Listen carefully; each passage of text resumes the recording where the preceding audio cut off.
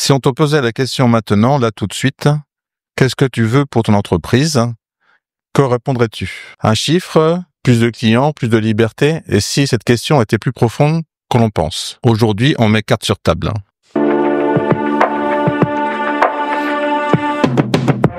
Bonjour, bienvenue dans Carte sur table, le podcast qui explore les vraies questions d'entrepreneurs sans détour. Alors aujourd'hui, on s'attaque avec Sabine et Jean-François à une sacrée question. Qu'est-ce que vous voulez pour votre entreprise? Cette question, je vous l'ai déjà posée plus d'une fois, tous les deux, et j'ai dû la poser un bon million de fois, je pense, à tous les entrepreneurs que j'ai accompagnés, parce que j'ai dû la poser, la reposer et la reposer. Qu'est-ce que je veux vraiment pour mon entreprise? Pourquoi ce sujet? Eh bien, parce que en fait, un dirigeant qui avance dans ce monde entrepreneurial complexe dans lequel on évolue tous les jours, eh bien, il doit pouvoir répondre facilement à cette question. Parce qu'en fait, on se rend compte que si on clarifie pas ça, eh bien, sans cap clair, sans savoir comment tu prends la bonne direction, ça devient très compliqué. Ce qu'il faut savoir, c'est que 68% des dirigeants admettent ne pas avoir une vision claire. Enfin, ça t'évoque quoi, Jean-François? Ça m'évoque, la première chose, c'est faut un vrai travail d'introspection. Si on veut vraiment savoir ce qu'on veut pour notre entreprise, moi j'ai fait ce parcours-là pour pouvoir être indépendant RH. C'est vraiment mon objectif, c'est qu'est-ce que je veux pour l'entreprise et qu'est-ce que je veux aussi transmettre dans le cadre de mon entreprise. Donc c'est un vrai travail aussi sur soi, sur ses convictions profondes et sa vision aussi. On parle de vision, c'est-à-dire à un moment donné, qu'est-ce que je veux pour mon entreprise demain? Alors avant de répondre à cette superbe question qui est quand même très importante, n'hésitez pas à partager cet épisode et à vous abonner. Pour vous, c'est pas grand-chose. Pour nous, c'est un truc qui est quand même assez fantastique. Partagez cet épisode et surtout, abonnez-vous. Sabine, ça t'évoque quoi, cette question, qu'est-ce que je veux pour mon entreprise? Je rejoins un peu Jean-François sur cette question de valeur, de vision, de savoir d'avoir une entreprise qui nous ressemble et qui projette une image de nous effectivement de ce que l'on peut véhiculer. C'est ce qu'on veut pour l'entreprise, c'est la réussite, c'est plus de clients, plus de relations aussi professionnelles. Il y a toute une recherche à faire sur ce que l'on veut pour notre entreprise. Moi, ce que j'ai remarqué quand même, ça fait plus de 10 ans que j'accompagne les chefs d'entreprise sur ce sujet-là, eh bien, en fait, c'est que cette réponse, elle est rarement immédiate et claire. C'est quand même quelque chose qui est assez fou, en fait. Flou ou fou? Les deux. Flou. J'ai la personne, quand on pose cette question, à votre avis, la première chose qu'on va me répondre quand je pose cette question? Je pense qu'il y a peut-être deux réponses. Il y a peut-être la première réponse, oui, mais je sais. Si j'ai une entreprise, je sais pourquoi ce que je veux pour mon entreprise. Et la deuxième, dire, c'est une bonne question. Et là, comme ça, y répondre, ce que je veux réellement pour l'entreprise, souvent, je pense il y a un blanc derrière, certainement. Il y a un blanc, et puis il y a surtout le fait qu'on me répond très souvent par la négative. C'est-à-dire que attends. Alors moi je sais, ça je veux pas. Et là je me marre en fait parce que je dis attends. Je te repose la question. Qu'est-ce que tu veux pour ton entreprise? C'est-à-dire qu'est-ce que tu veux, pas ce que tu ne veux pas. En fait, notre société a beaucoup tendance, et les dirigeants ont beaucoup tendance à dire ce qu'ils ne veulent plus, alors que la question est pourtant simple. Et regardez, si je vous pose une question, tu veux partir où en vacances? Je veux partir au soleil. Voilà, mais il y a eu un petit bug. Il y a eu un petit... Attends, pourtant t'es au courant du piège et... C'est ça. On va avoir tendance à dire en premier ce qu'on veut pas. Alors, à votre avis, pourquoi c'est si difficile de répondre à cette question? Je pense que ça, on va en venir à ce qu'on a pu vivre par le passé, tout ce qui peut être ancrage peut-être. On a une vision qui est effectivement floue de ce que l'on veut. Donc, plutôt de parler réellement du positif, de toujours partir du point le plus bas, qui peut être un peu négatif, et monter effectivement vers le positif après, quand c'est un peu moins flou. Ok. Comme dans la vie personnelle, on sait ce qu'on veut plus et ce qu'on veut, on a un peu plus de mal à l'exprimer. Je pense que la première difficulté, c'est se poser pour le faire, c'est-à-dire pour réfléchir à la question. Je pense que si on se pose la question comme ça et qu'on ne prend pas un minimum de temps pour réfléchir, je pense que c'est difficile. Et après, il y a aussi la notion de voilà quels objectifs je mets, quelle vision. Moi, je me demandais, on prend un paperboard, on dit qu'est-ce que je veux et on note tout ce qui passe par la tête. Et est-ce que ça fait une vraie direction, une vraie vision derrière? Mais je pense qu'il faut y passer un peu de temps. Alors, vous avez répondu, il n'y a pas de mauvaise réponse à cette question, et vous avez répondu sur 2 axes qui sont vraiment pour moi primordiaux. C'est déjà le fait de se poser cette question.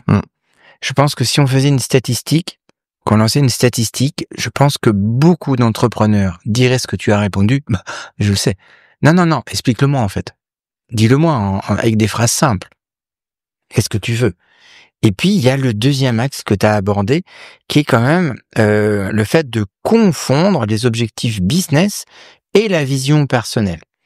Il faut bien comprendre qu'il y a une identité entreprise, et dans cette identité, dans ce système entreprise, il y a une identité chef d'entreprise, et c'est lui un petit peu le garant du cap, celui qui va donner une direction, et le fait d'exprimer ce que l'on veut va donner une orientation business, une orientation de l'entreprise. Donc d'aller répondre à cette question, c'est vraiment, je pense, un des plus beaux cadeaux qu'on peut se faire pour les entrepreneurs.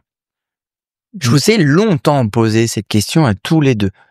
Au niveau du podcast, au niveau des vidéos, au niveau même de votre business, vous pouvez un peu témoigner du moment où...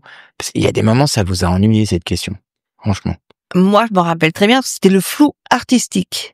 Je sais pas combien de fois on a pu en parler, et puis je dis je suis dans le flou, je sais ce que je veux mais j'arrive pas à l'exprimer. Ça, je me rappelle, ça a duré bien 1 ou 2 mois où j'arrivais pas à exprimer réellement cette vision que j'avais pour mon entreprise. Je savais ce que je pouvais amener comme compétence, mais comment organiser et structurer, alors que c'est quand même mon point fort, c'était compliqué de le faire. Ma vision était vraiment floue et j'arrivais pas à trouver les mots et à mettre les mots sur ce que je voulais. C'était compliqué. C'était compliqué. Alors, tu te rends compte? Là, ce qui est intéressant, c'est que des personnes pourront dire ouais, mais là, t'es entrepreneuse, on travaille à 3, 1/3 du temps tu travailles pour toi, c'est pas grave. Si. Mais si, parce qu'en fait, là, c'est encore, je trouve c'est encore plus important. Autant pour soi, on se dit bon on est tout seul dans le bateau, donc même si on prend 1 mois ou 2 de plus, c'est pas trop grave. Sauf que quand on est comme ça à 3, je trouve que c'est encore plus important de savoir où on va. Et en plus, pour avoir cette triple vision et triple progression possible. Donc c'est plus compliqué à 3 que seul. Et puis c'est surtout, là tu viens d'étayer quelque chose qui est hyper important, c'est aussi le fait de transmettre cette vision. Si t'es dans le flou, si on n'arrive pas à répondre à cette question, en fait on se rend compte qu'il y a 2 niveaux dans la question. C'est déjà, est-ce que je l'ai déjà posé? Et la notion de rapidité derrière. Est-ce que j'arrive rapidement à répondre à cette question? C'est un sacré indicateur. Et donc en fait, on se rend compte que beaucoup de personnes n'arrivent même pas à transmettre cette vision, ce je veux atteindre ça pour mon entreprise. Donc du coup, comment l'autre en face peut avoir un cap? C'est impossible. Et toi, Jean-François? Alors moi, c'était le passage là, je m'en souviens également, et c'est pas si vieux que ça, parce que on l'a abordé à un moment où je me posais encore la question si j'allais passer indépendant ou pas.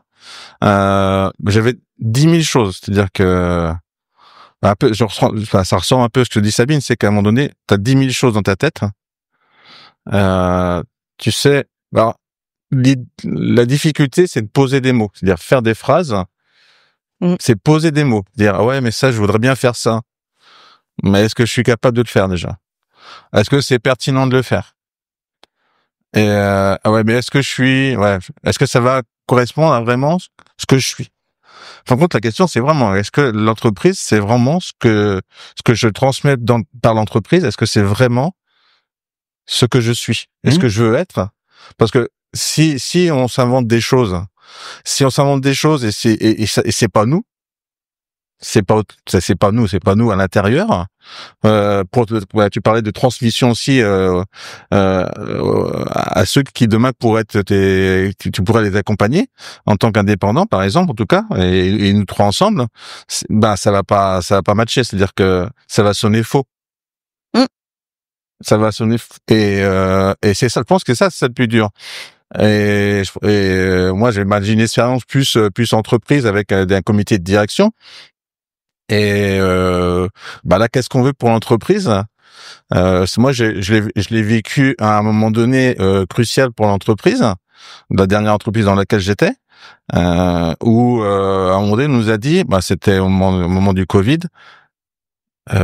écoutez, là, vous gagnez pas d'argent depuis des années, et nous, on va décider de fermer la boutique, parce que là, c'est l'occasion. Alors, je mets des guillemets rêver de le faire et se dire voilà, hop, on fait gagner. Là, on vous garde sur ce que sur la partie sur laquelle vous êtes le plus performant. Ça, le reste, on le donne aux autres sites parce que ils ont faim. Et puis voilà, on décide pour vous. Et là, on s'est réveillé. Et on s'est dit mais qu'est-ce qu'on veut vraiment nous pour l'entreprise? Et là, on se pose vraiment la question. Voilà. Ce qui est intéressant dans ce que tu dis, c'est que très souvent, c'est ce que je voulais aborder, très souvent, on arrive à répondre à cette question dans des moments plus que tendus, en fait. Oui. Alors qu'on va pas la répondre quand on est plus soft. Quand on est plus soft. Et c'est vachement énergivore, en fait. Et là, on va aller plus loin. Qu'est-ce qui s'est passé?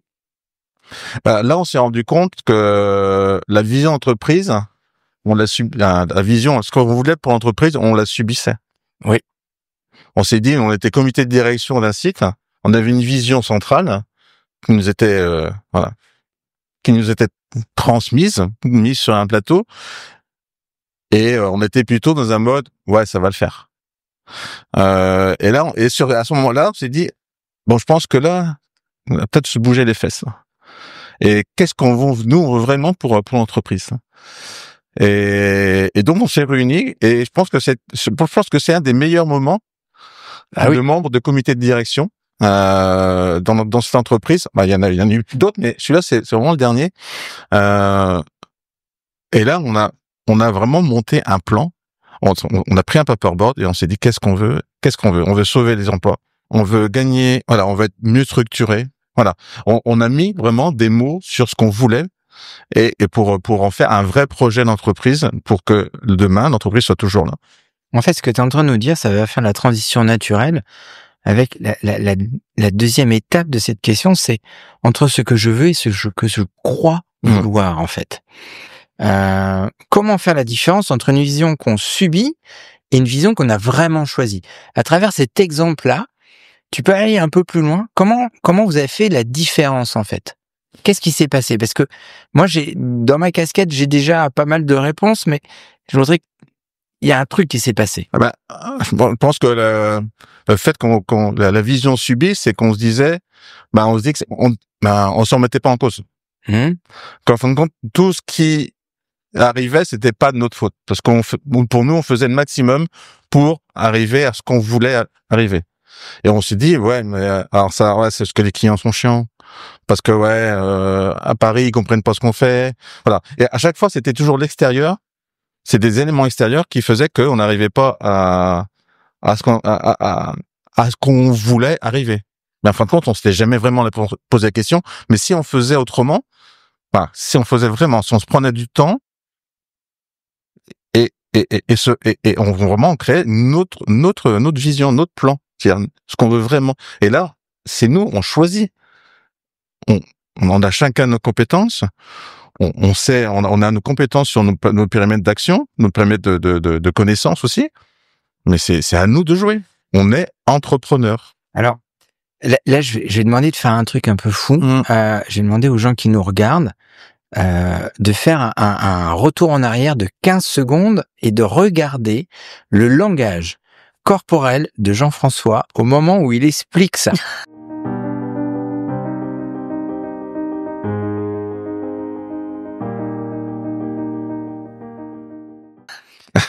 Parce que ce qui se passe derrière ce que tu es en train de nous dire, le mot que je voulais que tu nous sortes, c'est qu'il y a de l'émotion. Il y a énormément d'émotions, on est des êtres émotionnels, et quand on subit une vision qui n'est pas en accord avec nous et qu'on ne l'a pas formulée, on a une réaction. Et là, Jean-François, il nous a fait un... Là, je peux vous dire qu'il est en train d'halluciner, le comité de direction devant lui, il voyait la salle, les personnes, et cette phrase qui est arrivée. Tu étais complètement centré sur ton micro, complètement... Et là, en fait, on se rend compte, c'est qu'il y a vraiment cette capacité émotionnelle, en fait. Le je veux, il est branché sur notre émotion. Il faut qu'au moment où on va le sortir, il y a de l'émotion. Sabine, toi, ça t'évoque quoi, ça? Ce côté émotionnel des choses. Ouais. Alors, sachant que c'est une qualité, si on peut dire, chez moi. C'est vrai que cette sensation de ressentir les effets de tout, enfin, de ce que l'on peut parler comme le fait Jean-François, ce qu'il a vécu, et de voir le côté corporel réagir. Mais c'est qu'on se dit que c'est important d'avoir vraiment cette vision claire de nos objectifs, de savoir où on va, tout ça.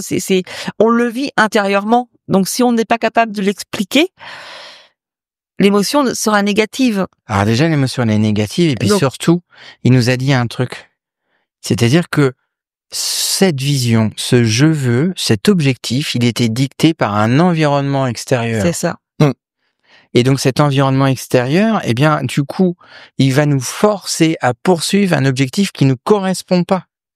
Combien d'entreprises, et que vous avez vu dans vos réseaux respectifs, poursuivent des objectifs, des je veux qui ne ça ne correspond pas à l'entreprise. Donc là, en fait, ils sont en train de se fourvoyer totalement. Et donc, à un moment donné, ben, il y a un trop-plein émotionnel. Ce que tu étais en train de nous expliquer, en fait. Et je te remercie vraiment d'avoir pris cet exemple qui était même pas préparé. Mais ça m'est venu quand en commençant le podcast, ça m'est venu en tête instinctivement. C'est à un moment donné, C'est voilà, ce moment-là, quoi. on se sentait vraiment à ce moment-là acteur, puissant. À un moment donné, puissant. Il y avait une puissance derrière ça.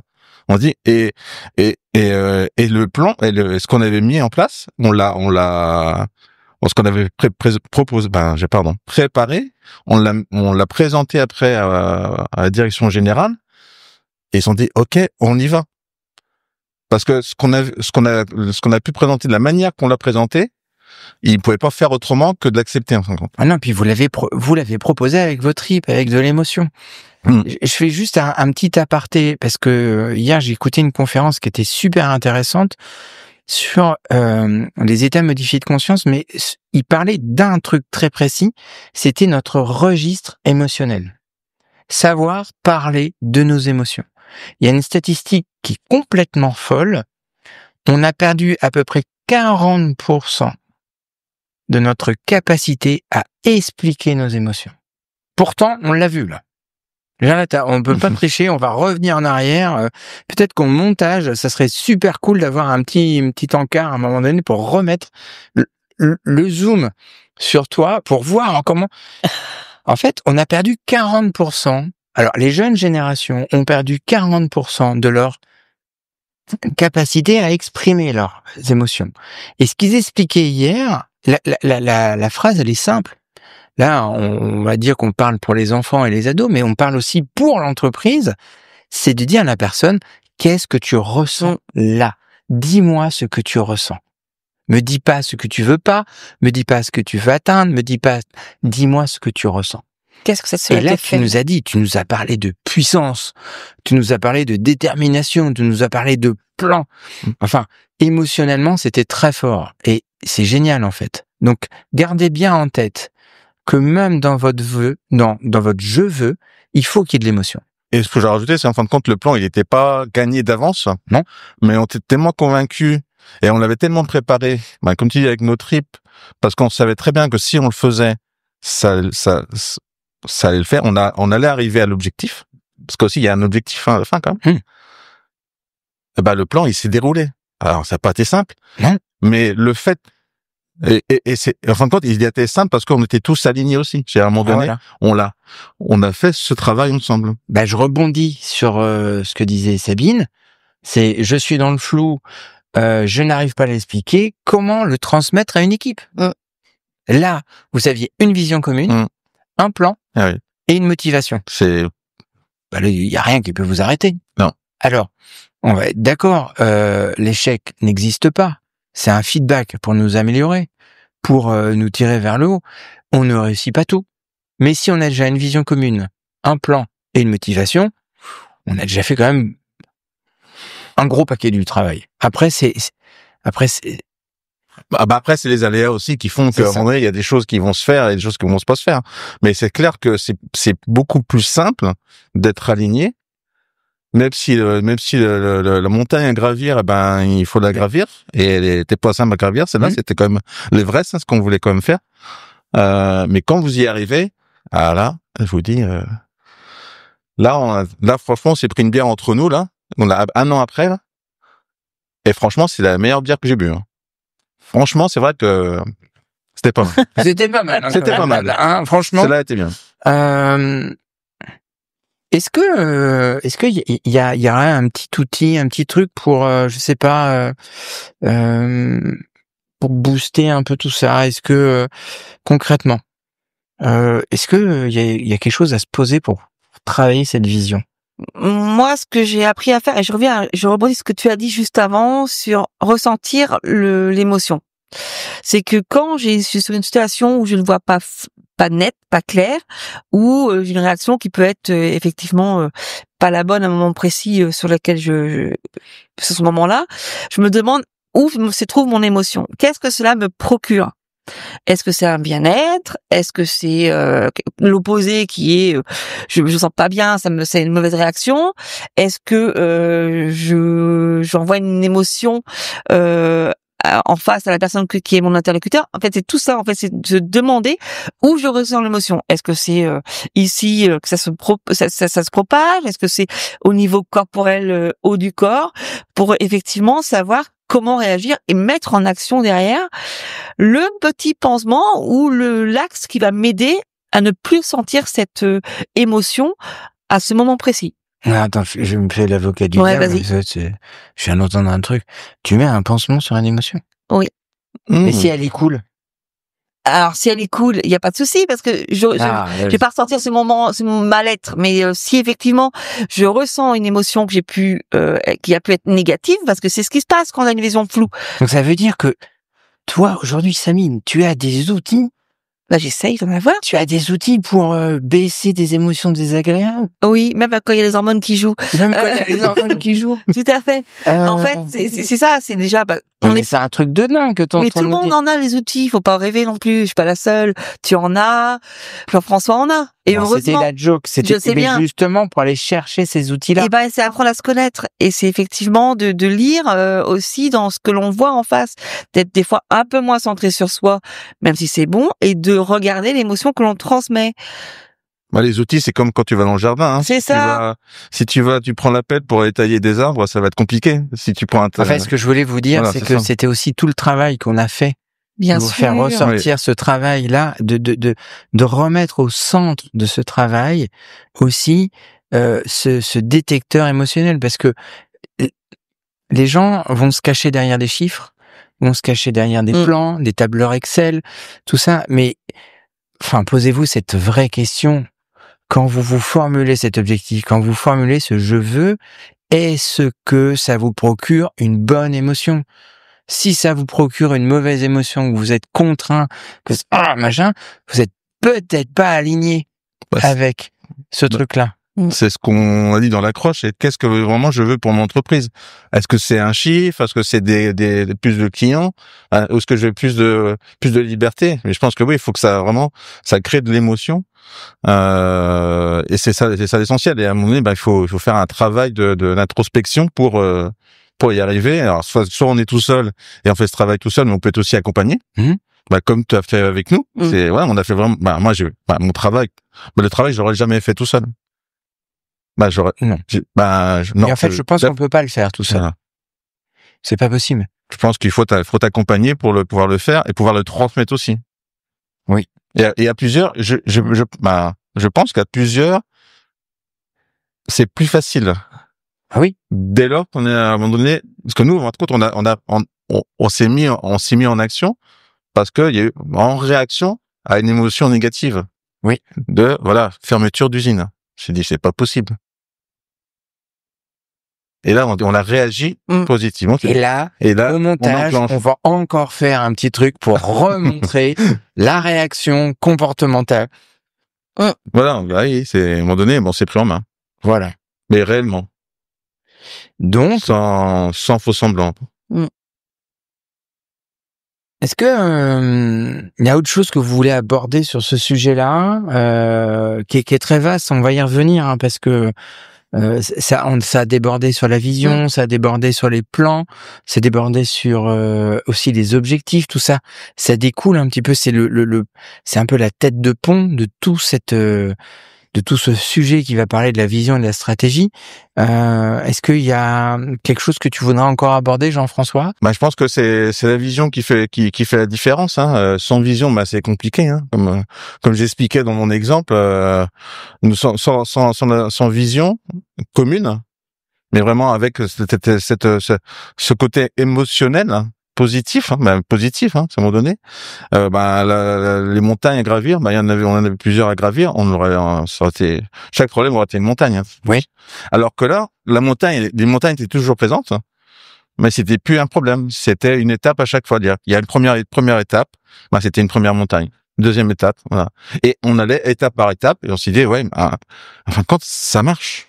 Dès lors qu'on a bien défini en amont ce qu'on veut vraiment pour demain, pour après-demain et après-demain, même si on se dit waouh, là on y va quand même fort, on va très loin dans ce qu'on veut faire, on y arrive. Pour conclure, je voudrais donner un petit outil qui est très très simple. Je pense que tu vas être d'accord avec moi sur cet outil-là. C'est vous prenez un temps pour écrire cette vision. Ce je veux en 2 phrases. Il faut que cette phrase, elle vous procure une émotion. Mais une bonne émotion. Un truc que vous sentez à l'intérieur de vous. Et tous les matins, vous lisez cette phrase avant de commencer votre journée. Vous arrivez dans votre bureau, cette phrase, elle est écrite sur votre bureau, vous la lisez. Et vous observez les effets que ça va produire sur les semaines, les mois. Et vous pouvez l'adapter, cette phrase. La faire grandir, c'est-à-dire qu'on n'est pas limité. La seule limite que l'on a, c'est les choses qu'on n'a jamais imaginées.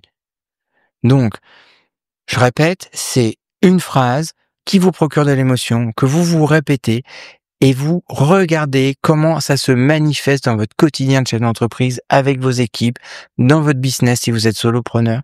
Mais vraiment, vous regardez ce que ça fait et ce que ça procure. Toi, je sais que c'est un peu ce genre de truc que tu as mis en place.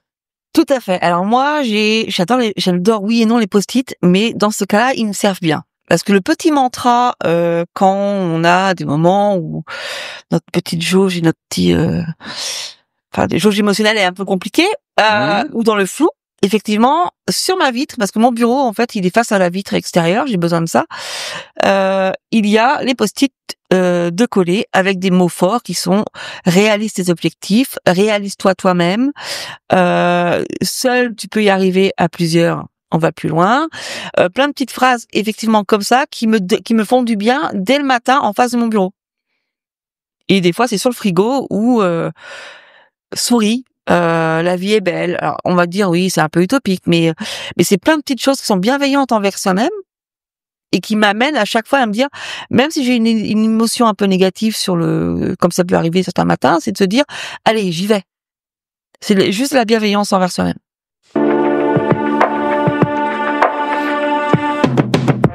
Alors, si vous n'arrivez pas à répondre à cette question, qu'est-ce que je veux pour mon entreprise? C'est que souvent, la vision n'est pas encore définie.